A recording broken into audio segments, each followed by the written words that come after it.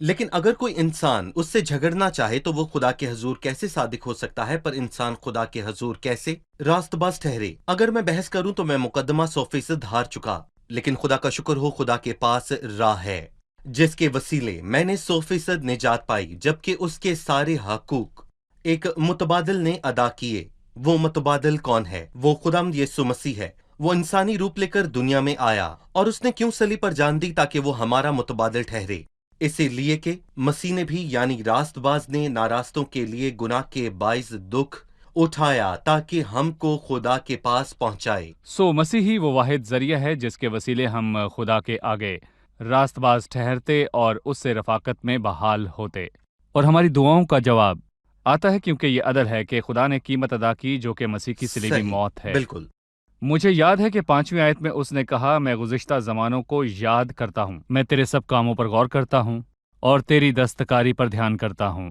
یہاں پر وہ پرانے دنوں اور ماضی کے کردار یعنی گزشتہ ایام کی بات کرتا ہے، جبکہ وہ خدا کے حضور یادگاری کرتا، دعا کرتا ہے اور اپنی شکایات کو یاد رکھتا ہے۔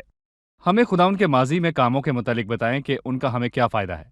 جب ہم خداوند کے ماضی کے کاموں کو یاد کرتے ہیں تو ماضی ایک آئینہ ہے جس میں سب کچھ دکھائی دیتا ہے۔ ایک گیت ہے کہ ہمیں تیری گزشتہ مہربانیاں یاد ہیں کیونکہ وہ لوٹ کر آتی ہیں، اور خدا نے اپنی رحمت ظاہر کی۔ تو میں کہوں گا کہ اس میں کیا فرق آیا ہے؟ تو خدا پھر اپنی رحمت کو ظاہر کر سکتا ہے۔ لوگ اس میں عجیب متعدد تجربات رکھتے ہیں، چونکہ اس نے انہیں ملک مصر سے بچایا، وہاں سے نکالا، اور اس کے ساتھ انہیں بیابان میں 40 برس تک چلایا۔ ان کے کپڑے نہ پھٹے اور نہ ہی ان کے پاؤں سوج گئے۔ وہ روزانہ اچھے کھانے سے آسودہ ہوتے۔ 20 لاکھ لوگ جنہیں روزانہ کھانا چاہیے ہوتا، وہ کھانا ان کے پاس کہاں سے آتا؟ موسیٰ نے خدا سے کہا کہ سمندر کی مچھلیاں ان کے لیے کافی نہیں، تو وہ سب لوگ کھانا کیسے کھائیں؟ خدا نے انہیں 40 برس تک سنبھالا، اور بعد ازاں ملک میں اس نے انہیں شہر دیے تاکہ انہیں تعمیر کرنے اور بیج بونے کا دکھ نہ ملے۔ ان کے پاس خداوند کے بہت سارے کاموں کی یادیں موجود ہیں، اور کم سے کم صلیب ہے۔ اور میں کہوں گا کہ ہمارے پاس بھی خداوند کے بہت سارے کاموں کی یادیں موجود ہیں، کم سے کم صلیب ہے۔ جب صحیح۔ ہم اس کی صلیبی موت کو یاد کرتے ہیں تو ہم خداوند کی محبت اور رحمت کو یاد کرتے ہیں۔ سو ہمیں ماضی کے دنوں کو یاد کرنے کی بہت ضرورت ہے، جبکہ خداوند ہر طرح کے حالات میں ہمارے ساتھ رہا۔ ہم ایک وقفے کے بعد مطالعے میں آگے بڑھیں گے۔ ناظرین، ملتے ہیں ایک چھوٹے سے وقفے کے بعد، ہمارے ساتھ رہیے۔ داؤد اپنی فریاد میں فوری مدد کی درخواست کرتا ہے۔ اسے خدا کے حضور اپنا دل مکمل طور پر کھولنے میں کوئی شرم یا ہچکچاہٹ محسوس نہ ہوتی۔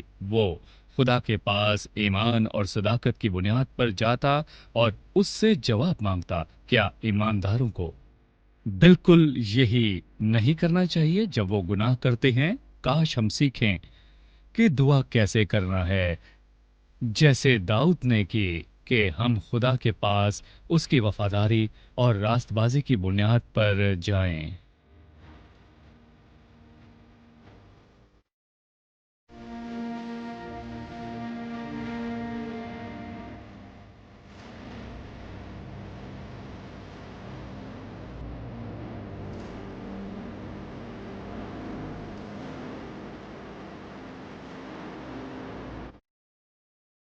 خوش آمدید ناظرین، آئیے مطالعے میں آگے بڑھتے ہیں۔ ابھی ہم زبور 143 کا مطالعہ کر رہے ہیں، لیکن اس سے پہلے ہم مہمانوں سے ایک سوال لیں گے۔ جی، لکھا ہے، اے خداوند جلد مجھے جواب دے، میری روح گداز ہو چلی، اپنا چہرہ مجھ سے نہ چھپا، ایسا نہ ہو کہ میں قبر میں اترنے والوں کی مانند ہو جاؤں۔ اس آیت سے کیا مراد ہے، خاص کر روح گداز ہو چلی سے؟ بھائی یوسف، ہمیں بتائیے کہ کیا روح گداز ہوتی ہے؟ یقیناً روح ناکام نہیں ہوتی، لیکن اس زبور کا پس منظر کس کے حوالے سے ہے؟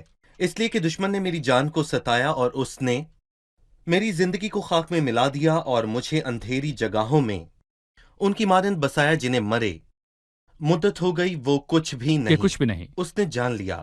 اور میں کہوں گا کہ جب اس میں بہت سی آزمائشیں آئیں تو اس نے بذات خود یہ محسوس کیا کہ وہ دراصل کچھ بھی نہیں ہے۔ سو اس نے کہا، اے خداوند جلد مجھے جواب دے، اور پھر وہ خدا سے التجا کرتا ہے کہ اپنا چہرہ مجھ سے نہ چھپا۔ اور ہم خدا کا شکر کرتے ہیں کیونکہ نئے عہد نامے کی روشنی میں ہمیں اس سے ایسی درخواست کرنے کی ضرورت کبھی نہیں ہوئی، کیونکہ ہم یہ بخوبی جانتے ہیں کہ ایسا ممکن نہیں ہے کہ خدا اپنا چہرہ ہم سے چھپا لے۔ کیونکہ وہ ہمارے متبادل سے اپنا چہرہ چھپا چکا ہے۔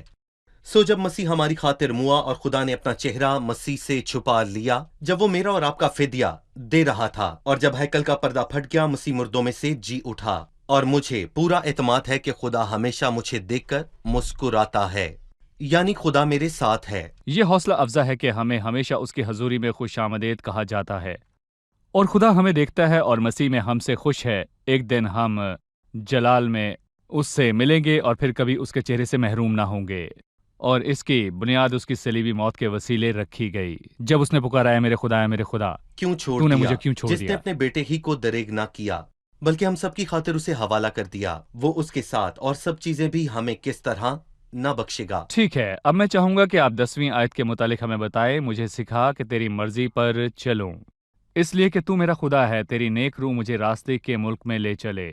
بھائی یوسف، ہمیں بتائیے کہ راستے کے ملک سے کیا مراد ہے، اور ہمیں لے کر جانے والے روح کا کیا کردار ہے؟ راستے کے ملک سے مراد راست بازی کا ملک ہے، جس کا مطلب ہے کہ روح القدس ہمیں ہمیشہ راست بازی کی راہ پر لے چلتا ہے۔ روح القدس ہمیں کبھی کسی ٹیڑھی راہ پر نہیں لے جائے گا، بلکہ روح القدس ہمارا ہاتھ پکڑ کر ہمیں راستے کے ملک میں لے جاتا ہے، اور اسی لیے وہ کہتا ہے کہ مجھے سکھا کہ میں تیری مرضی پر چلوں، میں اس راہ پر چلوں جس سے تو خوش ہو، اور ہمیشہ وہی کروں جس سے تجھے خوشی ملے۔ زبور 144 میں یہی لکھا ہے۔ بھائی یوسف، اب ہم بڑھتے ہیں زبور 144 کی طرف، جس کی شروعات کچھ یوں ہے: خداوند میری چٹان مبارک ہو، جو میرے ہاتھوں کو جنگ کرنا اور میری انگلیوں کو لڑنا سکھاتا ہے۔ وہ مجھ پر شفقت کرنے والا اور میرا کلا ہے، میرا اونچا برج اور میرا چھڑانے والا، وہ میری سپر اور میری پناہ گاہ ہے، جو میرے لوگوں کو میرے تابع کرتا ہے۔ اے خداوند، انسان کیا ہے کہ تو اسے یاد رکھے، اور آدم ذات کیا ہے کہ تو اس کا خیال رکھے۔ انسان بتلان کی مانند ہے، اس کے دن ڈھلتے سایہ کی مانند ہیں۔ شروعات یوں ہوتی ہے کہ خداوند جو میری چٹان ہے، جو میرے ہاتھوں کو جنگ کرنا سکھاتا ہے۔ زبور میں کس جنگ کی بات کی گئی ہے؟ یقیناً جسمانی جنگ کی۔ پرانے عہد نامے میں جسمانی جنگیں ہوا کرتی تھیں۔ رہی بات ہماری، تو ہم افسیوں کے خط کے 6 باب سے جانتے ہیں کہ ہمیں خون اور گوشت سے کشتی نہیں کرنی، ہمیں جسمانی دشمن کا سامنا نہیں ہے، اور ہماری لڑائی کے ہتھیار بھی جسمانی نہیں ہیں۔ لیکن کیا ہم جنگ میں ہیں؟ جی ہاں، روحانی جنگ میں، اور یہ بہت اہم ہے۔ کیا ہم خدا سے کہیں کہ نہ صرف تو ہمیں تمام ہتھیار عطا کرتا ہے، بلکہ تو ہمارے ہاتھوں کو جنگ کرنا اور ہماری انگلیوں کو لڑنا سکھاتا ہے۔ اور مجھے غزل و غزلات کی ایک خوبصورت آیت یاد ہے۔ 3 باب میں لکھا ہے کہ دیکھو، یہ سلیمان کی پالکی ہے، جس کے ساتھ اسرائیل کے بہادروں میں سے 60 پہلوان ہیں، وہ سب کے سب شمشیر زن اور جنگ میں ماہر ہیں۔ اور اچھا ہے کہ روحانی طور پر ہم تلوار کو تھامے ہوئے ہوں، جو کہ خدا کا کلام ہے۔ لیکن کیا ہم خدا کے کلام کا استعمال کرنا جانتے ہیں؟ وہ سب کے سب شمشیر زن اور جنگ میں ماہر ہیں، جس کا مطلب ہے کہ جب کوئی مجھ سے پوچھے تو میں جانوں کہ اسے بائبل کھول کر جواب کیسے دینا ہے، جیسے مسیح کرتا تھا، اور یہ روح کی تلوار ہے جو کہ خدا کا زندہ کلام ہے۔ اچھا ہے کہ آپ نے ذکر کیا کہ نئے عہد نامے میں جنگ روحانی ہے اور ہتھیار بھی روحانی ہے، جو کہ خدا کا کلام ہے، اور ہمارے دشمن انسانی نہیں ہے، اور جنگ روحانی جنگ ہے، اور ہماری جو جنگ یا لڑائیاں ہیں وہ انسانوں سے نہیں۔ بھائی یوسف، اس زبور میں بھی 5ویں آیت میں مرقوم ہے: اے خداوند، آسمانوں کو جھکا کر اتر آ، پہاڑوں کو چھو تو ان سے دھواں اٹھے گا، بجلی گرا کر ان کو پراگندہ کر دے۔ آج کل ہم اکثر ایمانداروں کو یہ گاتے سنتے ہیں کہ آسمانوں کو جھکا کر اتر آ، ایک اور آمد کی دعوت، یعنی کہ زبردست بازو اور انتقام کی صورت میں۔ وہ یہاں کس اتر آنے کی بات کرتا ہے؟ یہ کب اور کیسے ہوگا؟ یہ ایک اچھا سوال ہے، لیکن ہم جانتے ہیں کہ ہم خدا کے آنے کے منتظر ہیں، اور وہ کسی بھی لمحے آ سکتا ہے، لیکن پہلے وہ کلیسیا کو لینے آئے گا، اور یہ اس کا موضوع بھی نہیں ہے۔ لیکن جب وہ ہم ایمانداروں کو لینے آئے گا تو یہ ایمانداروں کو اس بڑی مصیبت میں آنے والے عذاب سے بچانے کے لیے ہے، یہاں تک کہ وہ پکاریں گے اور یہ دعا مانگیں گے: اے خداوند، آسمانوں کو جھکا کر اتر آ، یا جیسا یسایہ 64 میں لکھا ہے کہ کاش کہ تو آسمان کو پھاڑے اور اتر آئے، کہ تیری حضوری میں پہاڑ لرزش کھائیں۔ اور میں کہوں گا کہ یہ تقریباً کلیسیا کے اٹھائے جانے کے 7 برس بعد ہوگا کہ خداوند بڑے زور اور جلال کے ساتھ دشمنوں کو کچلنے کے لیے اور اپنی سلطنت قائم کرنے کو آئے گا، اور یہاں پر میں یہ کہوں گا کہ 5ویں آیت سے لے کر 11ویں آیت تک خداوند کے آنے اور دشمنوں کے کچلے جانے کے حوالے سے ہے، اور پھر 12ویں آیت سے باب کے آخر تک خوشحال بادشاہی کی ہلکی سی جھلک ہے۔ اور میں یہاں پر یہ بھی کہوں گا کہ لیکن اچھائی ساری دنیا پر غالب آئے گی جب مسیح زمین پر بادشاہی کرے گا۔ آپ ہمیں اس خوشحال مملکت کے متعلق بتائیں جب خداوند زمین پر بادشاہی کرے گا، 12ویں آیت سے۔ دیکھیں وہ کیا کہتا ہے، جب ہمارے بیٹے جوانی میں قداور پودوں کی مانند ہوں اور ہماری بیٹیاں محلوں کے کونوں کے لیے تراشے ہوئے پتھروں کی مانند ہوں، جب ہمارے کھتے بھرے ہوں جن سے ہر قسم کی جنس مل سکے، اور ہماری بھیڑ بکریاں ہمارے کوچوں میں ہزاروں اور لاکھوں بچے دیں، جب ہمارے بیل خوب لدے ہوں، نہ رخنا ہو نہ خروج ہو، اور نہ ہمارے کوچوں میں وبا ہو۔ اس کا مطلب ہے کہ سلامتی اور امن کی سلطنت، کوئی دہشت گردی یا اغوا یا کسی اس طرح کی چیز نہ ہو، ہم یہ کیوں نہیں کہتے کہ بادشاہی قائم ہو چکی ہے؟ کیونکہ جیسا کہ آج کچھ لوگ دکھ اور کہتے ہیں۔ درد موجود ہیں، لیکن ہم تمام ہیبتناک باتوں کو دیکھتے ہیں کہ کوئی اغوا ہو گیا اور ملین پاؤنڈز دے کر اسے رہا کروا دیا گیا۔ یہ آج کل ہوتا ہے، جبکہ وہ غریب تھا اور استطاعت نہ رکھتا تھا۔ یہ دکھ کی بات ہے۔ آج کوئی جگہ محفوظ نہیں۔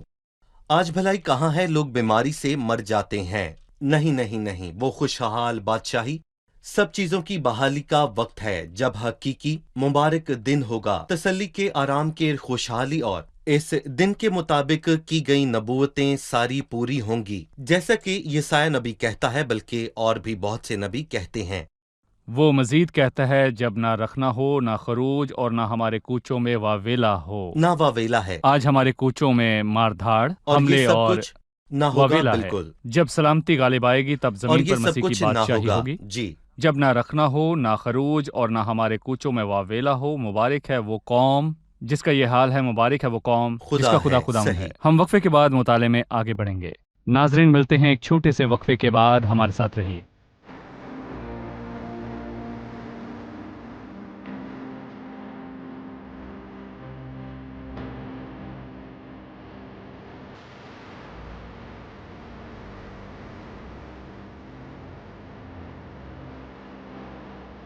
خوش آمدید ناظرین، ہم واپس آ چکے ہیں۔ آئیے مطالعے میں آگے بڑھتے ہیں، اور اب ہم زبور 145 کا مطالعہ کریں گے۔ بھائی یوسف، ہمیں اس کا موضوع بتائیے۔ میں اسے نسل در نسل خدا کی تمجید کا عنوان دینا چاہوں گا۔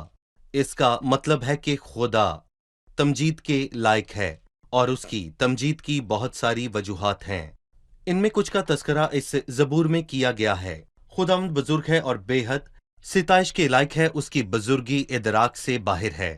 پھر ایک پشت دوسری پشت سے تیرے کاموں کی تعریف اور تیری قدرت کے کاموں کا بیان کرے گی، وہ کاموں میں قادر ہے۔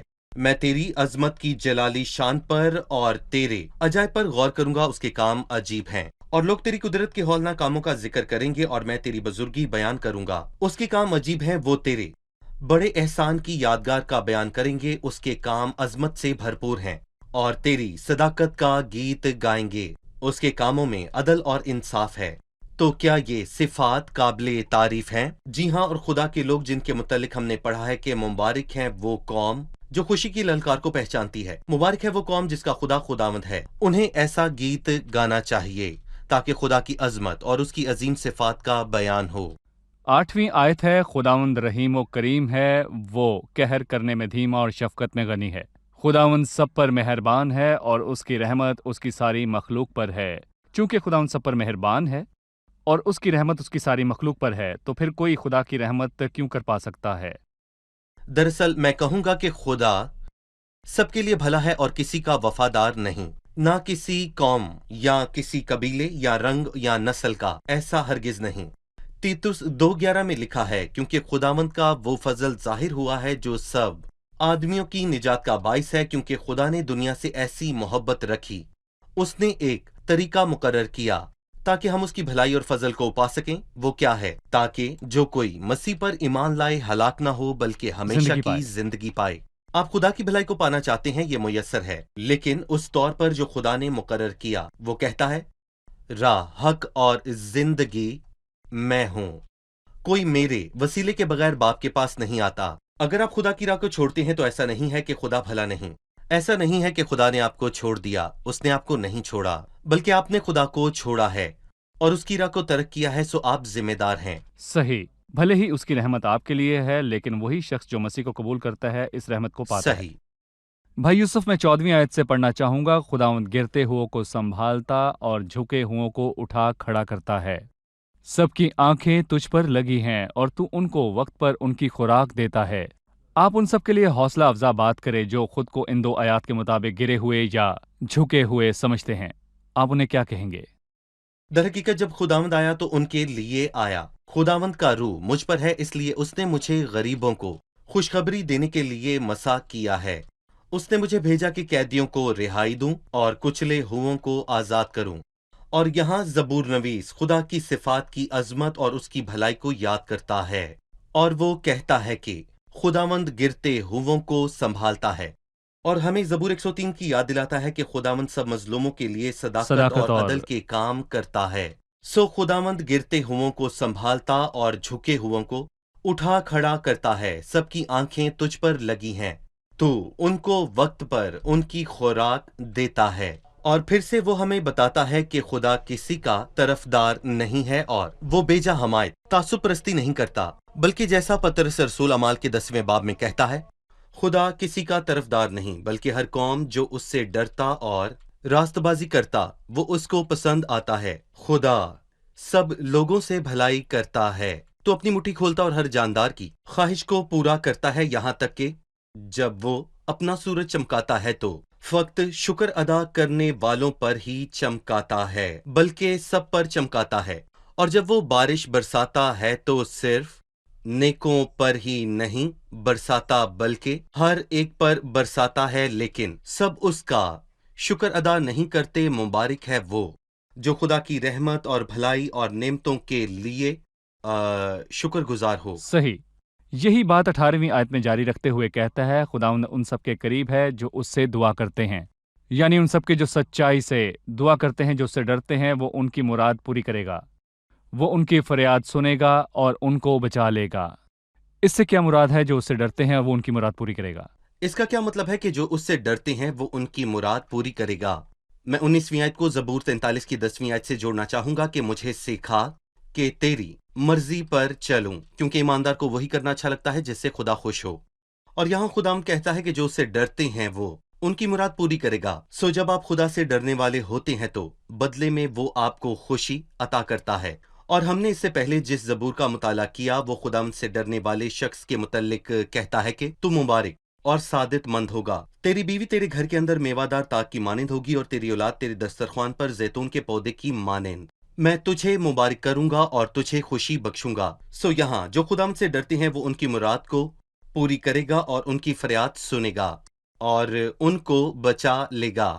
جب خدا کا ڈر اور راست بازی آپ کے کھاتے میں خوب لکھی ہوتی ہے تو راست بازی کی دعا کے اثر سے بہت کچھ ہو سکتا ہے۔ صحیح، اگر خدا کے فرزند یہ خواہش کرتے ہیں کہ خدا ان کی مرضی یا ان کی خواہش یا ان کی دعا کا جواب دے گا اور ان کے مسائل کو حل کرے، تو پہلے انہیں خدا کی مرضی کو پورا کرنا ہے کہ جب میرے کام سے خدا خوش ہوتا ہے، خدا کرتا ہے جس سے میں خوش ہوں۔ خدا آپ کو برکت دے۔ اب وقت ہے کہ ہم جانے مہمانوں نے آج کیا سیکھا۔ جی، آج کے پروگرام سے آپ نے کیا سیکھا؟ ہر وہ چیز جس کی ہمیں ضرورت ہے خداوند اس کی فکر کرتا ہے، سو ہمیں کسی بات کی فکر نہیں کرنی جس کا ہمیں یہاں سامنا ہے، کیونکہ خداوند ہماری سب ضرورتوں کی فکر کرتا ہے۔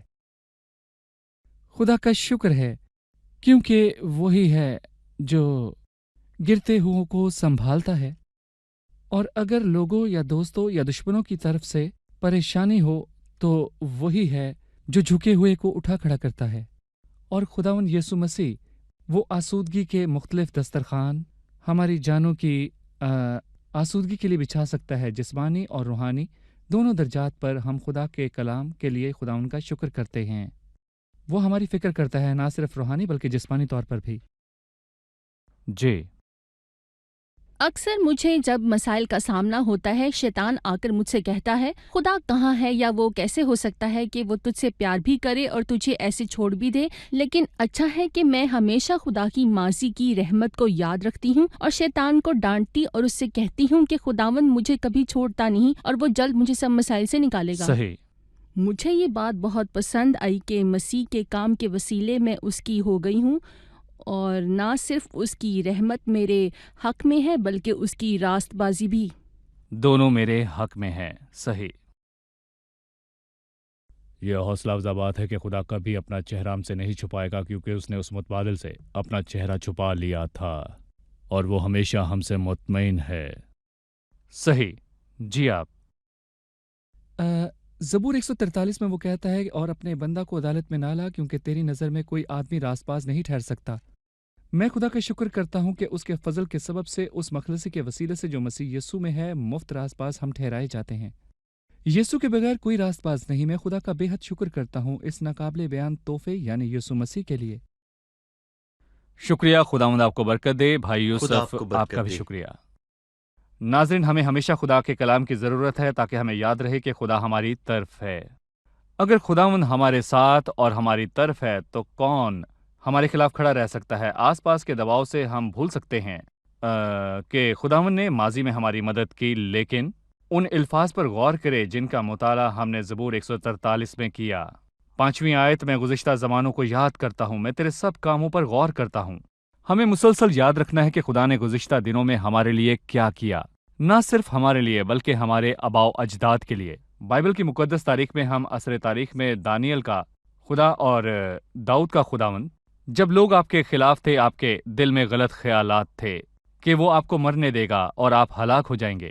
یاد رکھیے کہ خداوند ہر زمانے میں اپنے لوگوں کے ساتھ ہے، اور خاص کر یہ بھی یاد رکھیے کہ اس نے کیسے انہیں مصر سے نکالا اور اپنے ہاتھ کو بڑھا کر ان کی حفاظت کی۔ اس نے کیسے انہیں بیابان میں بھیجا اور مصیبتوں میں انہیں چھڑایا۔ اس نے کیسے دانیل کو بچایا اور آگ کی بھٹی میں ان جوانوں کے ساتھ رہا۔ وہ ان کے ساتھ، ان کی طرف تھا۔ ماضی کو یاد رکھیے اور ماضی کی مہربانیوں کو، اور اس سے پہلے کہ حالات آپ کو للکاریں، کہیں کہ خداوند ہمارے ساتھ کھڑا ہوا اور ہمیں زور دیا۔ اگر اس نے ایسا گزشتہ ایام میں کیا تو وہ آج بھی ایسا ہی کرے گا۔ اور خداوند نے مبارک لبوں سے کلیسیا کے لیے یہ بات کہی کہ جو اس زمین پر ہے میں اس پتھر پر اپنی کلیسیا بناؤں گا، اور عالم ارواح کے دروازے اس پر غالب نہ آئیں گے۔ تسلی رکھے، خدا کی آنکھیں آپ کو دیکھتی ہیں اور خدا کا ہاتھ آپ کے ساتھ ہے، اور ہمیشہ خود سے کہیں کہ اگر خدا ہماری طرف ہے تو کون ہمارا مخالف ہے۔ خداوند آپ کو برکت دے۔